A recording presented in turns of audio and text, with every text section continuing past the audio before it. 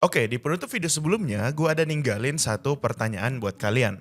Gimana caranya seorang trader retail dengan modal cuma 5 juta rupiah bisa buka posisi senilai 500 juta? Uang yang dimasukin bahkan gak cukup buat nahan 1% dari ukuran posisinya. Tapi dia tetap bisa klik buy dan mengendalikan setengah miliar rupiah di market. Jawabannya cuma satu instrumen, yaitu CFD, dan mesin yang jalan di dalamnya bernama leverage. Tapi begini matematika yang broker nggak pernah tunjukin di iklan. Kalau modal 5 juta itu mengendalikan posisi 500 juta, maka market cukup bergerak 1% ke arah yang salah dan saldo para trader bisa habis. Bukan turun, tapi habis dari gerakan yang bahkan gak kelihatan di grafik daily. Dan yang lebih aneh lagi, selama itu semua kalian sebenarnya gak pernah memiliki apa-apa. Gak ada dolar di tangan kalian dan gak ada emas yang kalian pegang. Yang kalian pegang cuman selembar kontrak, dan di seberang meja yang jadi lawan kalian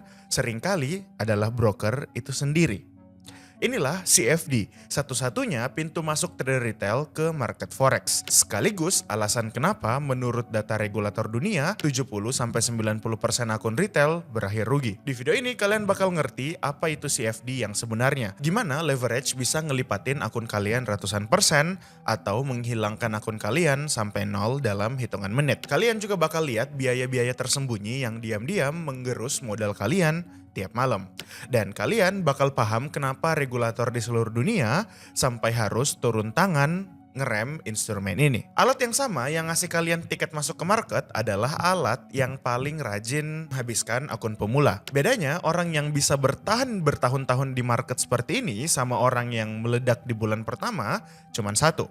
Mereka paham senjatanya sebelum narik penembaknya. Oke, mari kita mulai dari dasarnya dulu. Apa itu CFD sebenarnya? CFD itu singkatan dari Contract for Difference, kontrak selisih harga. Ibaratnya kalian buka posisi di gold, kalian mikir kalian beli emas. Kalian buka posisi di Euro USD, kalian mikir kalian lagi nuker Euro jadi US dollar. Gua kasih lihat realitanya. Kalian gak pernah memiliki aset itu sama sekali. Gak ada emas batangan yang tiba-tiba dialokasikan atas nama kalian di brankas di Swiss. Gak ada selembar euro pun yang pindah tangan antar bank.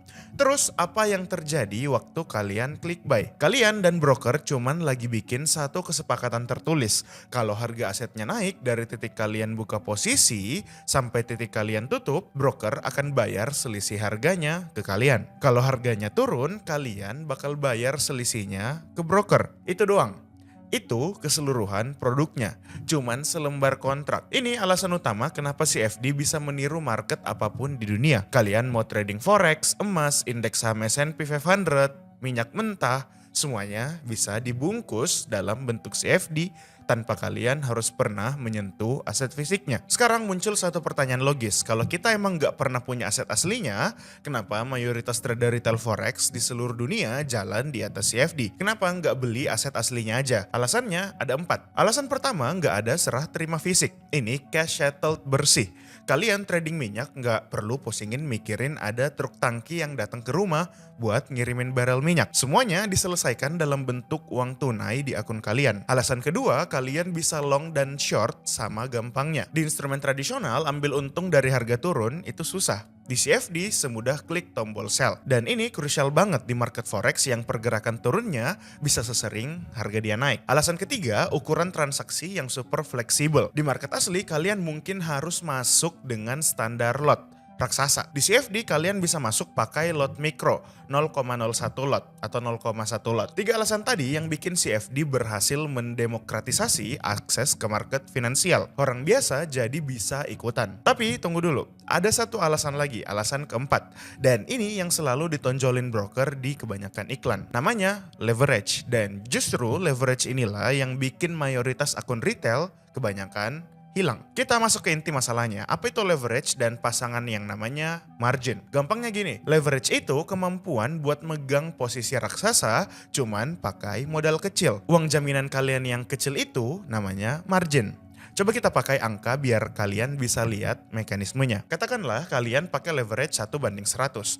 Modal asli kalian, uang dari dompet kalian itu cuma $1.000. Tapi dengan leverage itu kalian punya daya beli buat mengendalikan posisi senilai $100.000 di dalam market. Awalnya kedengeran kayak peluang seumur hidup. Tapi sekarang kita coba hitung matematika yang kebanyakan nggak pernah bahas. Posisi kalian 100.000 kalau market bergerak 1% aja, searah dengan tebakan kalian, 1% dari 100.000 itu $1.000 profit. Dan modal awal kalian 1.000. Dan dalam satu gerakan kecil uang kalian double. Gila kan? Nah, leverage mengalihkan dua arah sama besarnya. Gimana kalau market bergerak 1% melawan arah posisi kalian? Jawabannya minus kalian jadi $1.000. Uang margin kalian cuman 1.000.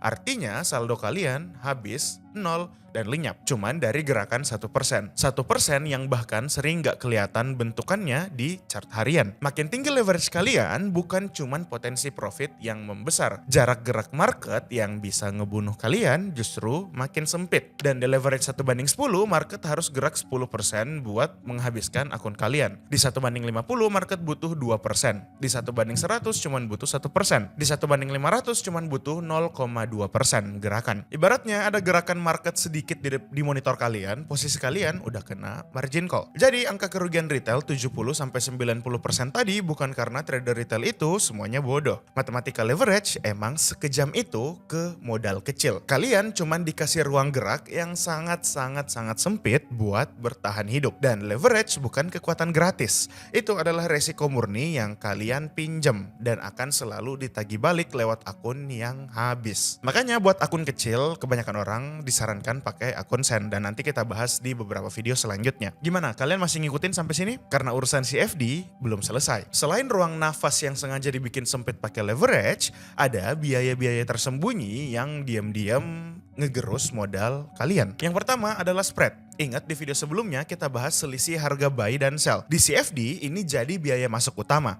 Makin sering kalian klik buy atau sell, makin banyak uang yang kesedot ke sistem. Kedua, swap. Ini adalah biaya nginep. Karena kalian gak punya aset aslinya, nahan posisi ngelewatin pergantian hari akan kena biaya pendanaan atau posisi itu ditahan berhari-hari. Berminggu-minggu biayanya bisa terus menumpuk. Dan ini fakta struktural yang paling mind-blowing. Sistem yang di industri yang disebut bibuk, banyak broker retail beroperasi di model ini. Artinya pesanan trading kalian gak pernah dilempar ke market global. Pesanan itu cuman ditahan di dalam server mereka sendiri. Ibaratnya kalian cuman melawan satu sama lain. Dan yang jadi lawan kalian adalah broker kalian sendiri. Saat kalian rugi, uang kalian masuk ke kantong broker. Dan saat kalian profit, broker yang bayar kalian dari kantong mereka. Gua ngomong netral di sini, nggak semua broker ngotak-ngatik harga. Tapi kalian wajib tahu persis kalian lagi duduk di sisi meja yang sebelah mana. Ada konflik kepentingan yang nyata di sini. Dan itu alasan utama kenapa regulator turun tangan. Mereka sadar kalau instrumen ini dibiarin tanpa batas, kerugian retail bakal makin masif. Otoritas gede kayak ISMI di Eropa, FCA di Inggris atau ASIC di Australia maksa masukin guardrail di market regulasi.